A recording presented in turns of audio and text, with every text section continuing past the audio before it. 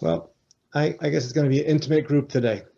So, All right. all right. Well, welcome to Sasko River's Parent Discussion Series. My name is Mark Maydeek. I am Head of Communication and Marketing for Sasko River. And with us today, we have Rachel Diorio and Andrea Arruda, and they will be discussing resilience and what we learned in terms of the pandemic and in terms of resilience in terms of us and our children. So I'm going to let the doctors introduce themselves. Rachel, why don't you take it away? And you can share when you're ready, Andrea. So I'm Rachel Diorio, and I'm a licensed psychologist here at Sasko. And I'm involved in testing and also therapy. And I also work with parents in terms of parent guidance to support their kids' development. And I'm Andrea Arruda, and I spend my time doing testing and therapy here at Sasko, working mostly with children and adolescents. So we are happy to be here today. I think it's an interesting time to be together because it's, basically exactly a year since the world shut down. And I think, as we were preparing for this presentation and thinking over the course of the year, there's been a lot of challenges and hardships. And I think our reality has looked a lot like this image where we're all kind of like these boats just kind of bopping around in this, turbulent ocean where there's waves coming at us all the time. And I think the waves coming at us have, some have been very large, like, loss of a loved one or illness. And other times they've been kind of these slow, drawn out waves of trying to juggle, working at home with, kids learning at home and balancing all these demands. And so I wanted everyone to just take a minute to think about, what some of the waves have been in your life over the past year. And I'm just going to pause for a second to let you guys kind of stop and think about that. And also, what have been some of the waves for your kids? Because it also hasn't been, a smooth ocean for them as well. There have been schools being shut down, activities disrupted, stressors in the family system sometimes. So just take a minute and think too about what some of those waves have been for your kids.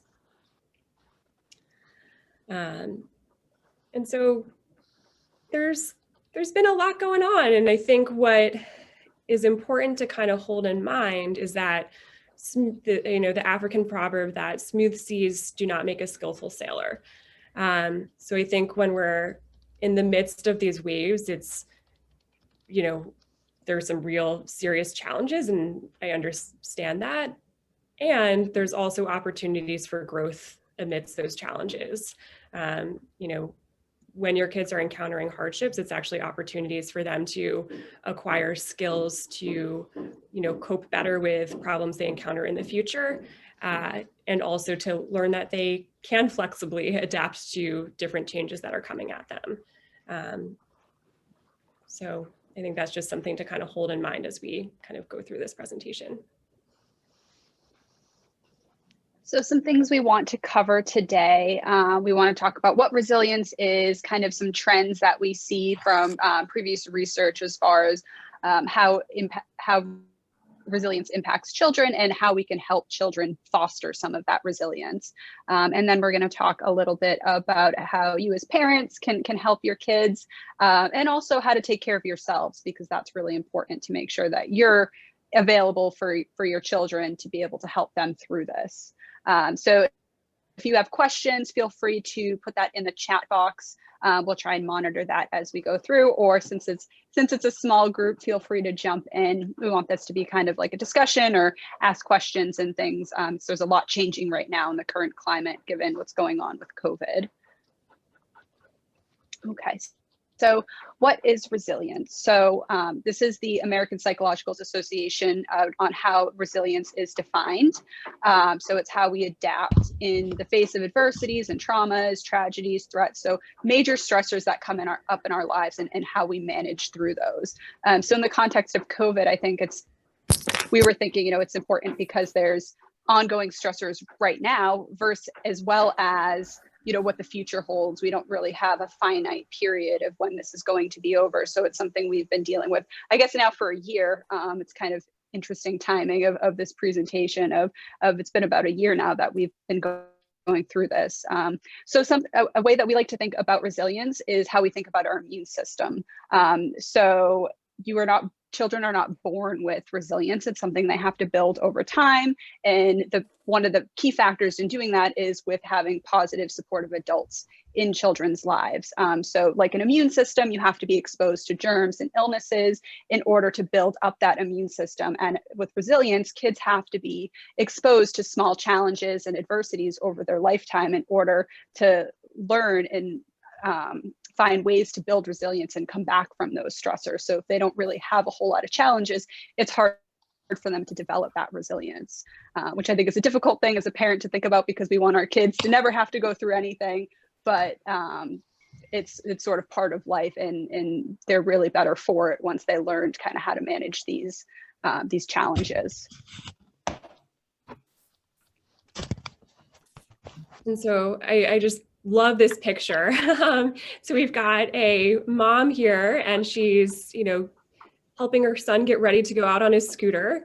Not only is she kind of helping him buckle up his helmet, but she's wrapped him entirely in bubble wrap. And I think as a parent, in a lot of situations, in certain ways, we wish we could kind of wrap our kids in bubble wrap and keep them safe and not have to experience difficulties or adversities. And, the challenge with that approach is, though, that, this little kid is never going to learn that if he falls off his scooter and scrapes his knee, he's going to be okay. And so, over the last decade or two, there's been more of this phenomenon of, kind of overprotective parenting. And what that is kind of parents trying to, micromanage their kids and, make sure that they don't encounter failure or hardships. And this is coming from a really good place, right? It's parents trying to look out for their kids and protect them. But what the research has actually shown is that this approach leads to kind of a variety of negative outcomes. So kids, who are overprotected tend to be more anxious. And part of that is because as parents, prevent their kids from making mistakes or kind of wrap them up in bubble wrap, they can get the message that the world is a dangerous place or it's not okay to make mistakes. The overprotected child can also have more limited coping skills because, parents might come in and rescue them from any hardship, which in the short term, spares them from, distress and pain, but in the long term, they're not able to kind of develop strategies to cope on their own.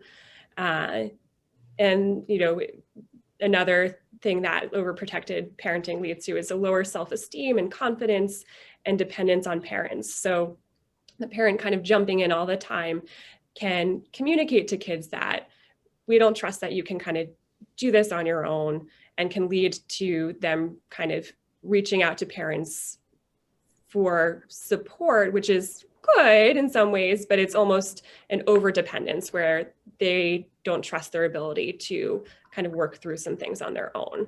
And, kind of tying it back to the resilience piece, the overprotected child does not have those opportunities to build up their immune system, right? Because they're just kind of wrapped in bubble wrap all the time. So they're not kind of exposed to those little things where they can kind of build up their tolerance for setbacks and failures because they're just wrapped up in overly, secure.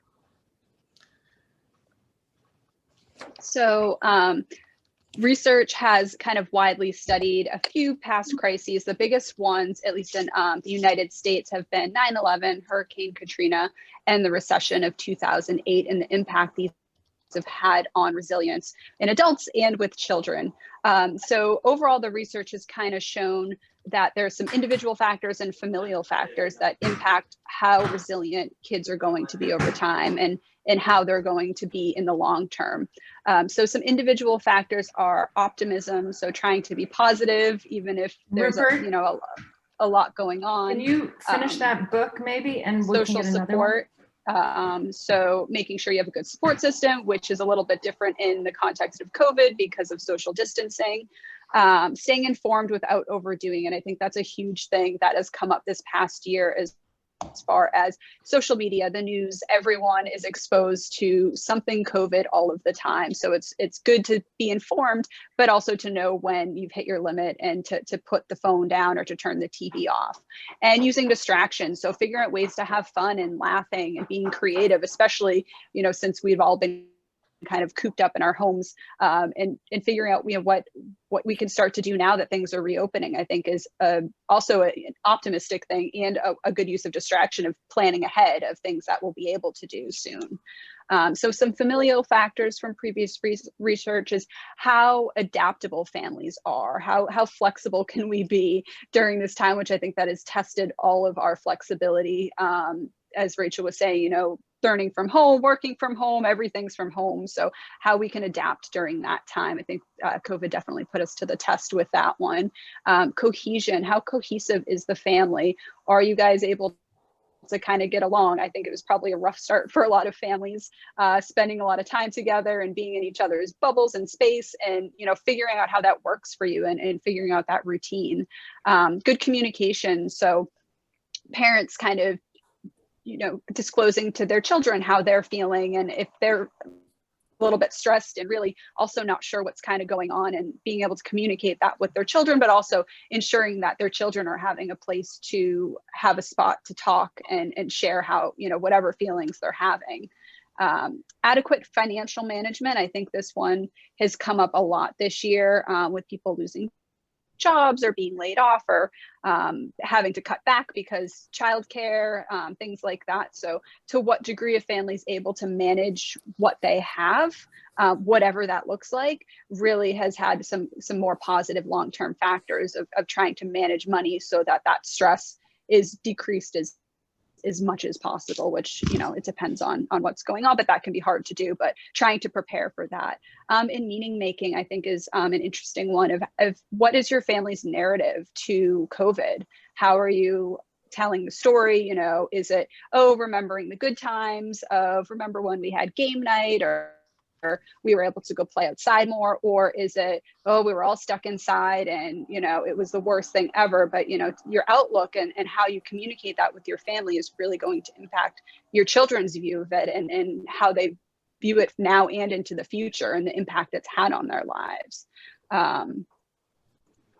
So the good thing is that this previous research with resilience, and there's more coming out with COVID now, is that over time, yes, kids are stressed in the moment, but over time, most kids are okay in the long term. They sort of work through this with support and having their families, or even just having one support person. It doesn't matter who that is. That's really been a key factor, is just, if it's a mentor, if it's a parent, if it's a friend, someone to a coach, someone like that they can really look to and feel like they can communicate with. That's really had some great long-term benefits. But over time, previous, 9/11, Hurricane Katrina, and the recession, kids are generally okay as time goes on. So I think that's something that we're thinking about optimistically, that we think kids will, this is definitely different than some of these things because it's impacting all of us. But I think there's some hope that, once we get through this, and kids are generally, they're going to figure it out. They're going to get through it. This will be in the history books. They'll be able to tell everyone how they got through COVID, and they'll be, hopefully a little bit better for it to have gotten through this and to manage the stress that's come with this. So touched on this a little bit. So why does COVID feel so different from some of these things? We as humans do not like unpredictability. We don't like change. We like to know when things end. We like to know when things start. And COVID does not, although there's a light at the end of the tunnel, there has not been a set end point of this is when we can go back into the offices. This is when kids can go back into school without any sort of social distancing or masks. And that's really hard to manage, especially as kids, trying to wrap your head around that. Of time, I think, moves differently for kids. Shorter periods of time seem much longer for children. So that, I think, is something that's very different about COVID. Reduced social support because of social distancing, so it's been hard. And yes, we have FaceTime and we have Zoom and all of these things, which have been great, but I also feel as humans, we've kind of reached our limit to some degree, and that this isn't how we're meant to live in the long term. So trying to maneuver that is getting tough, I think. There's not a whole lot of consistency for children. You know, school is canceled one day or it's remote the next day, and it gets canceled the day of. It's hard to know that predictability of what the schedule is going to look like. And sports have been changed, after school activities have been changed. So that's been, I think, an adjustment for everyone of being used to doing things a certain way. And we all know that we all do well with structure and routine, and that's sort of been thrown for a loop. So thinking forward of, like, you know, part of what we're going to talk about is now that things are reopening, how to manage that again and make it work for everyone. And social media news coverage, there is it's everywhere, like we've talked about, and it's hard to shut it off, and it's hard to know what's real and what's not real and how to get the most accurate information. And it's also hard to manage what our children are exposed to, that they're exposed to a whole lot more. So I think they have a lot more questions or a lot more uncertainty than typical, because this is kind of so pervasive. So some other silver linings is that we're all experiencing this together. So children are in it with their peers and their family. So it's not something in isolation. And yes, it's impacting people to different degrees, but we all have this general kind of feeling of what COVID has been and the restrictions it's placed on things.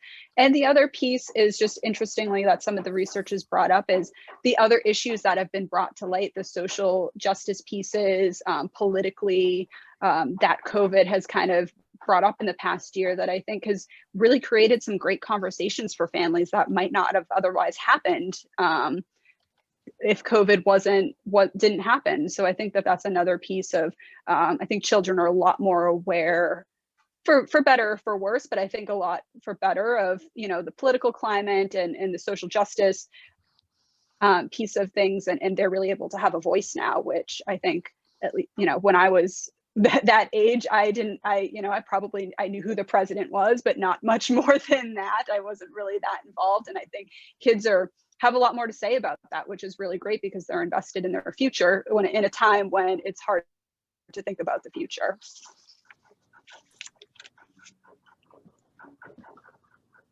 So, you know, as we're kind of thinking about all of the different factors that Andrea kind of described that have, you know, served as protective factors, I just wanted to kind of highlight one of them, which is you. So, you know, one of the biggest primary protective factors for kids going through these types of crises or difficulties is having one consistent caregiver that's characterized by responsiveness, warmth, and structure.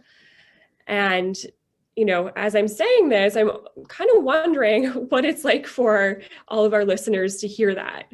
I think on the one hand, it can be empowering in some ways, because you may feel like, oh, wow, I have an ability to support my kid through this, you know, difficult time and help them be okay.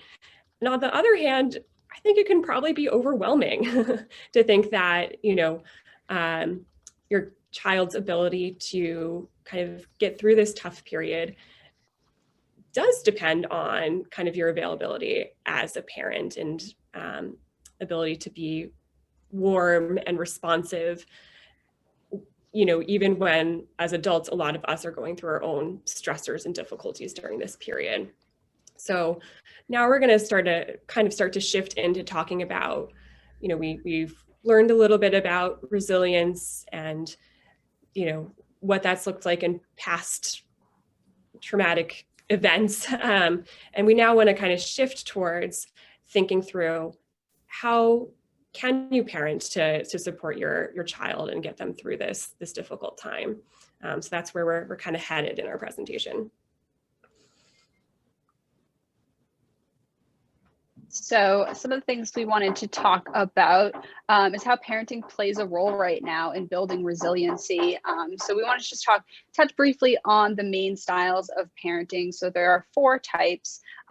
So there is the authoritarian parent, who is basically, I like to think about it as like, it's my way or the highway, sort of that brick wall of do as I say, and that's it. There's really no explanation involved.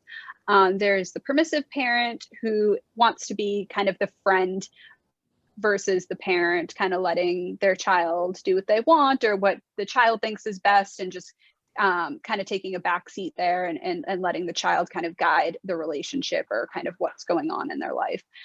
There's the uninvolved parent, which is kind of the one that is letting their child just like do things on their own, kind of fending for themselves, not really taking part in things, and just really like stepping back and kind of like parents kind of doing their own thing, child's kind of doing their own thing, and there's not a whole lot of intersection.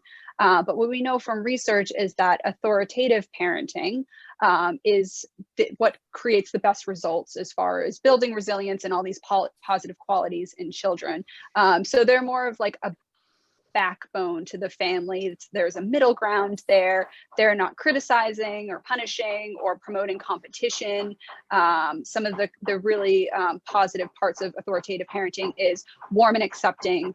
They're setting limits and setting appropriate expectations. They're demanding and responsive, and they're supportive and encouraging. And I like these pieces here because there's a lot of ands. I think with other types of parenting, there's a lot of buts, but this is sort of that middle ground of setting the expectations, but also providing the support and encouragement to, have that conversation with your child of, here's what I'm thinking, and I want to hear your thoughts too. And some values that an authoritative parent's trying to instill in their child is self-motivation, cooperation, self-control, social responsibility, and autonomy. So really helping the child, guiding them through childhood and through the process, but fostering independence, helping them to build trust in themselves so that when challenges do come up, they're better able to handle it and feel like they've got some of it. And yeah, they're probably going to check in with mom and dad, but also feeling like, here's what I'm thinking and wanted to check in with you, but I think I've got this, and I think this is how I'm going to handle this situation. And I think it's important to think about this type of parenting in that expectations are going to look a little bit different right now. I think one of the things that in doing this research, a lot of things that kept coming up was that we can't expect pre-pandemic performance in our children or in ourselves to happen right away, because there's a lot that needs to change, and a lot of transitions and adjusting that's going to happen. All right, and thinking a little bit more concretely about how you guys can work towards that authoritative parenting approach, there are the 3 R's, which are kind of different categories of things that kind of can help you create a safe environment for your child. And the 3 R's are reassurance, routine, and regulation. And so we'll start off kind of talking about reassurance. So, whenever a child is going through a difficult or stressful time period, reassurance is a positive thing to help your child kind of be reminded that everything is going to be all right, even if those waves are kind of getting big.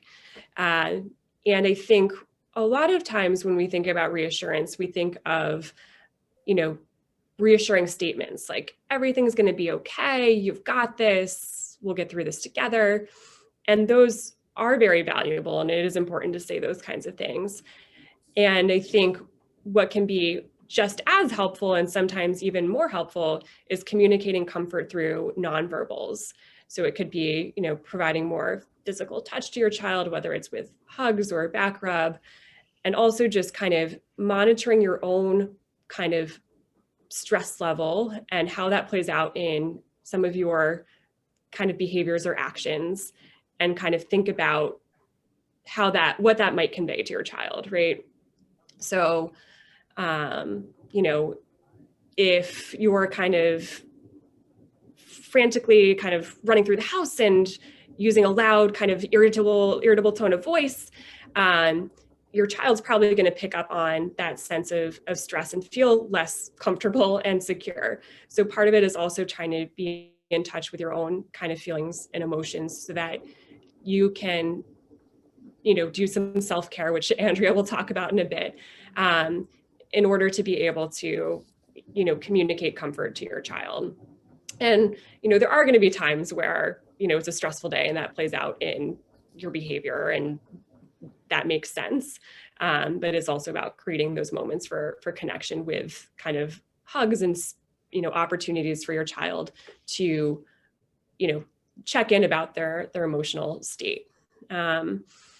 You also want to answer questions simply and honestly. I think when COVID was starting, a lot of the questions that kids had were probably about, what is this thing? Like, am I going to get sick? Are you going to get sick? Are we safe?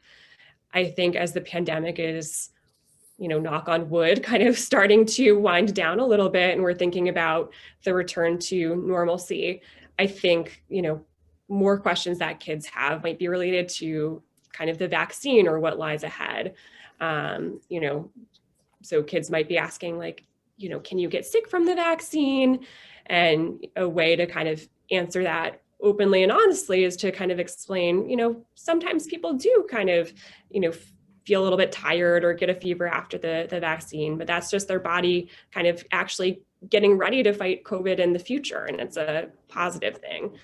So trying to, not totally sugarcoat things, because then they're going to lose kind of trust in what you're telling them, but provide them the right amount of information that they can, digest that, and then that information is at kind of a developmentally appropriate level.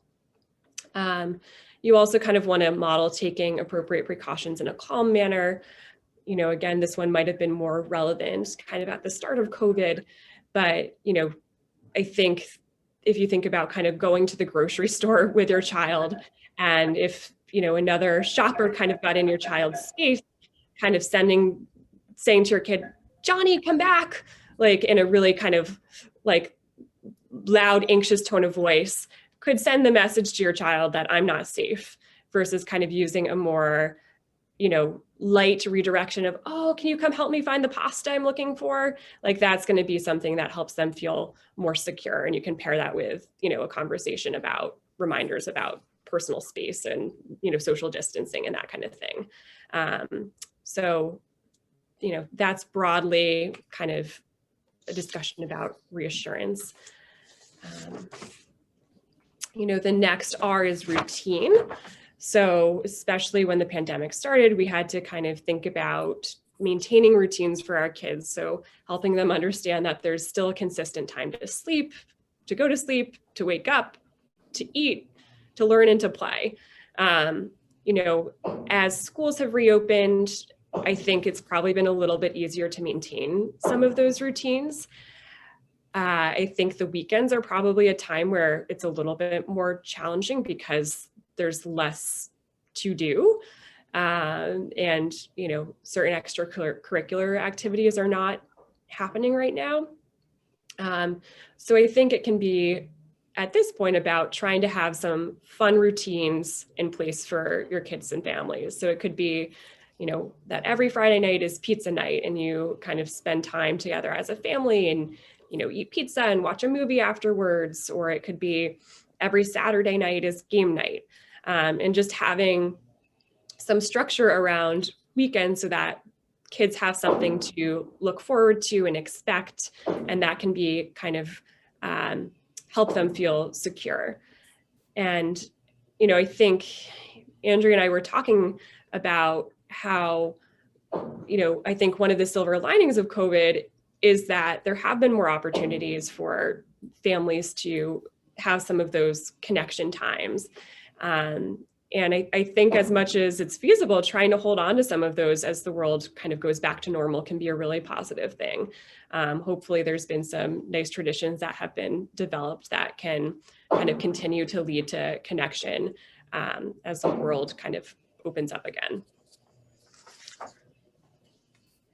And then the last R is regulation.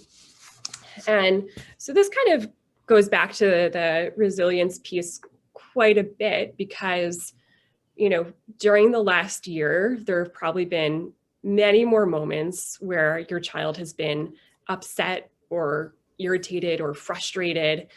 And, you know, while we can think of those moments as challenging, which I'm sure they were, it's also useful to kind of think of them as opportunities to support your child's kind of emotional development.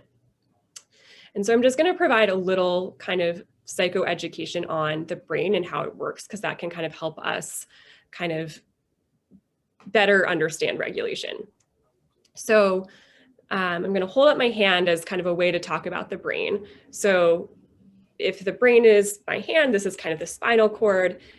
My thumb, which is kind of the center of my brain, at the bottom, kind of middle part of my brain is, you know, on this diagram on the slide, it's called the downstairs brain, and that's where our emotions are.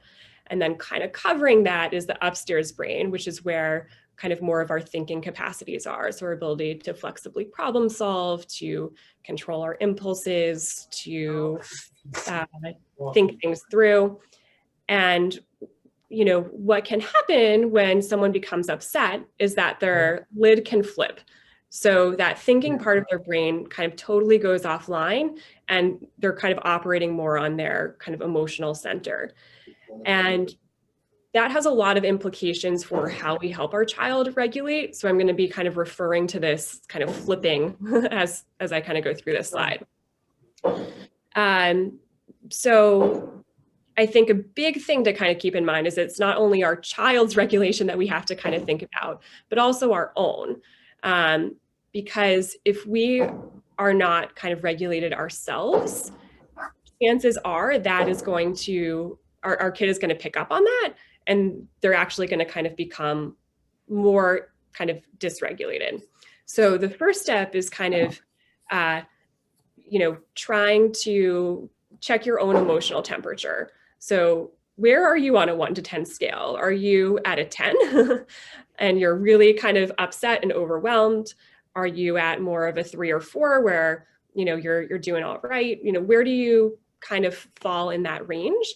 And what do you need to do to kind of help yourself kind of cool off and calm down before you kind of engage with your child to help them regulate, so that it can be kind of a smooth process? So it could be kind of stepping aside and taking some deep breaths, getting support from your partner, trying to step into your child's shoes to just understand what they're going through, because sometimes that kind of empathy component can help you kind of understand, which can settle your own nervous system. And then what you want to be able to do, you know, ultimately we want our child to be able to regulate and also kind of understand the emotional experience that they're having, so that they're better able to understand their feelings and employ regulation strategies independently as they grow older. So, you know, if your child's upset and their lid is flipped and they're operating fully on their emotions, and if you try to come in and connect with them using their thinking brain, so trying to use logic or reasoning, you know, telling them, you know, I know you're upset about this, but really all you have to do is X, Y, and Z, and that it's not a big deal. Like, those are the kinds of things that they're not going to be able to understand, and they're just going to get kind of more kind of worked up. So what you need to do is kind of communicate safety. And what that looks like is, you know, trying to, it's less about the words that you're saying to kind of get their lid back on, but it's more about how you connect with them.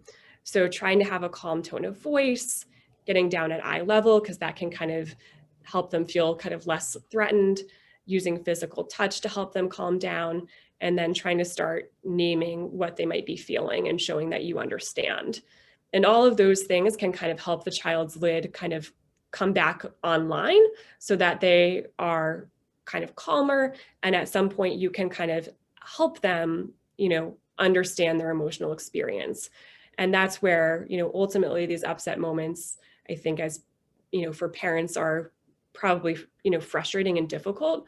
But if you're able to think about this as an opportunity to connect with your child and help them understand their feelings, so that they can develop their kind of toolbox to, you know, be able to regulate on their own as they approach adulthood, I think, you know, hopefully it can be seen in a more kind of positive manner as more of a kind of learning opportunity. And ultimately you're trying to name it to tame it. So you're helping your child kind of understand their own emotional experience. And sometimes just naming that feeling can kind of also help kind of their nervous system calm down.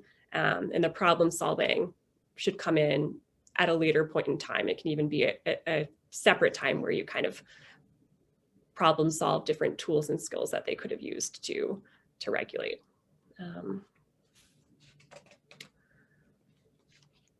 And then, you know, this is just another, Andrea kind of commented on this, but, you know, I think another thing that can help kids, you know, get through this time period of difficulty is kind of trying to set realistic expectations.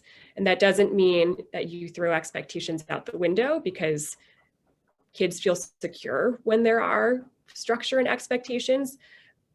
But it's about recognizing that these times are different and that you might need to be a little bit flexible. So whereas, you know, pre-COVID, maybe your kids were allowed, you know, 45 minutes of video game time or something, you know, right now it's possible that the large way they're connecting socially is through gaming, or that you're trying to juggle working and, you know, supervising kids. And so I think it's about being flexible to, you know, it's not to say that there are no limits on video games, but it's about trying to come up with something that's reasonable where, you know, if they're connecting with a friend, you know, maybe that doesn't totally count towards their gaming time limits. And so just being a little bit more flexible with some of those kinds of things. And same thing with kind of this image of the girl kind of lifting weights that are made out of books. I think, you know, this is a time period where learning looks different this year. And I think part of it is accepting that things might be going at a slower pace for your kid because of virtual learning and other things, and trying to accept that that's part of this year, and trying to trust that, you know, it's not just your child that's going through this, but it's every child, and schools are going to have to develop some way to kind of, you know, cycle back to material more than they would have, or, you know, do things to, you know, account for some of the difficulties that have occurred this year with learning. So something we wanted to touch base on, especially as things are starting to reopen, and I think things are going to pick up, and I think we were in that routine before of just being on autopilot and getting things done, and things are going to start to shift and shift at different ways. And one of the things I was, in preparing for this presentation, I was looking up of, you know, what are some ways, like some slogans or metaphors that people are using right now to talk about COVID. And something that kept coming up is that saying that I'm sure a lot of you have heard of, is putting on your oxygen mask before you help others put theirs on. But there's an interesting argument that's coming up with COVID, in that those masks are for limited use, that they're for emergency situations. So because COVID has been so long and so ongoing, and we don't know how long, and all of these consequences that are coming after the fact, this is of course an important metaphor, because it does, I think, it works in emergency situations to think about, but because this is so prolonged, it's important to think about how we're, you know, quote, breathing in between. So how we're practicing in before these emergency situations come up. And the interesting piece that came up, that that people are kind of equating it to scuba diving and having to regulate your air in the tank there so it lasts you longer. So thinking about how are we going to make ourselves last longer, so that we're not feeling like we're putting our masks on every time something comes up, but we're practicing kind of these pieces in between, where we're regulating in between, so we feel more available to be able to do some of these things. If, you know, okay, school, you know, we were supposed to have school today, and they had to cancel it because of, you know, something happened, and you know, now the plan is thrown off. But if there's a plan B or, you know, plan C in place, then it seems a little bit more manageable than, you know, having to scramble, and which I know still can happen, but trying to think things through so that if those things do come up, you're not just feeling like you're in panic mode constantly, because that we're not meant to live in that for a long period of time. That's a survival instinct, and over time, if we're constantly in that survival instinct mode, then we're tired and we're not able to take care of ourselves or our families in the best way that we can. So I think that the main idea here is learning, like, for the term, how we're preparing for these things and how we've been preparing over the past year. So we were going to try and do a little poll here. We wanted to see how you all are doing, how you feel like you're doing with your self-care needs, and see if this is something you've thought about, or it can be really easy to kind of miss. So if you guys want to take a second to fill this out, it doesn't show names or anything. We'll just get a percentage of where people are with this. So I think we're going to fill this out as well.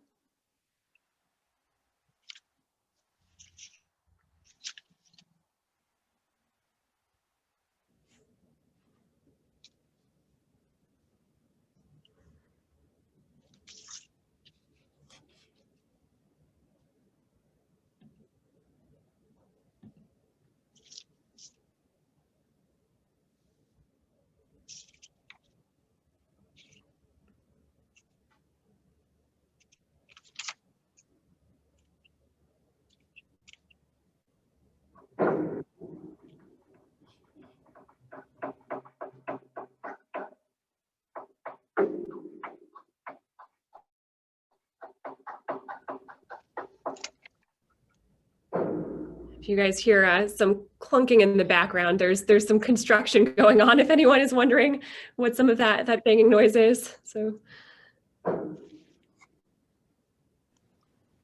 Which office are you at, Rachel? Diorio. Diorio. Oh, right. All right, I think you got a nice space for us on the second floor, so that'll be exciting. You got 9 out of 12 respondents. I think you're okay. I'll take it. We'll take it. All right.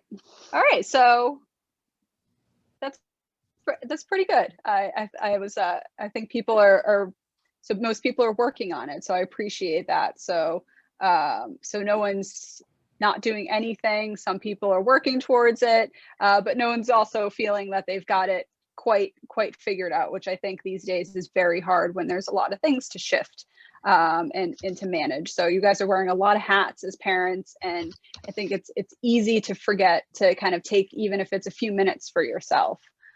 So something we were thinking about is if you can just think about for today, like one thing you can do for yourself to take care of yourself, whether it's, you know, waiting for that song to finish when you're sitting in the car, of just giving yourself another minute, or if it's taking another second in the shower, things like that. Anything can kind of be helpful so that you're more available, and help your kids kind of be available and teach them, you know, what self-care is and how to take care of themselves by modeling it. And then, as Rachel was talking about, you'll be more able to regulate when some of these things do come up. And then, as we're kind of thinking about this, as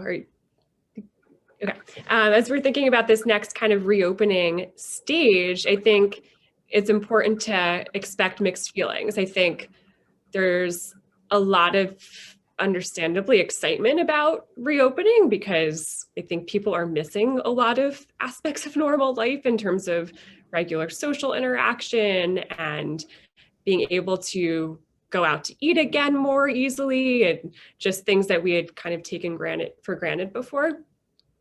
But I also think, you know, it's important to keep in mind that there might be a decent amount of anxiety and stress initially.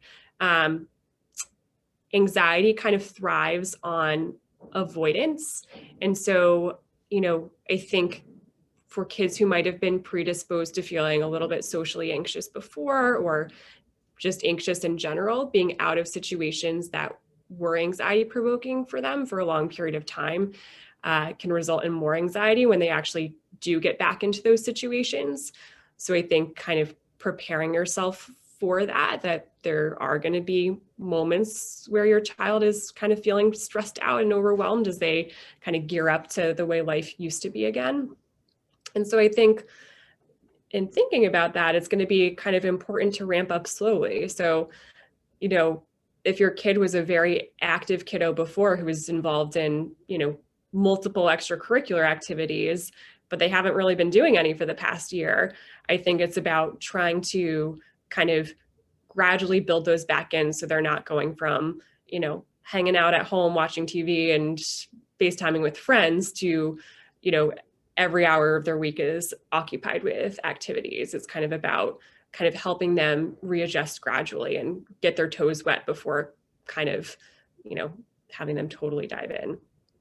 And then I think it's also about helping your child feel a sense of control by providing them with choices. So maybe you've decided that it's important that your kid engage in a camp over the summer. And, you know, I think at that point, it would be about trying to help them pick from a few different options of what camp they want to do. I think, you know, the more that the kid can feel involved in the process of figuring out what they like to do, you know, the more comfortable they'll feel and more excited they'll feel about what is coming up.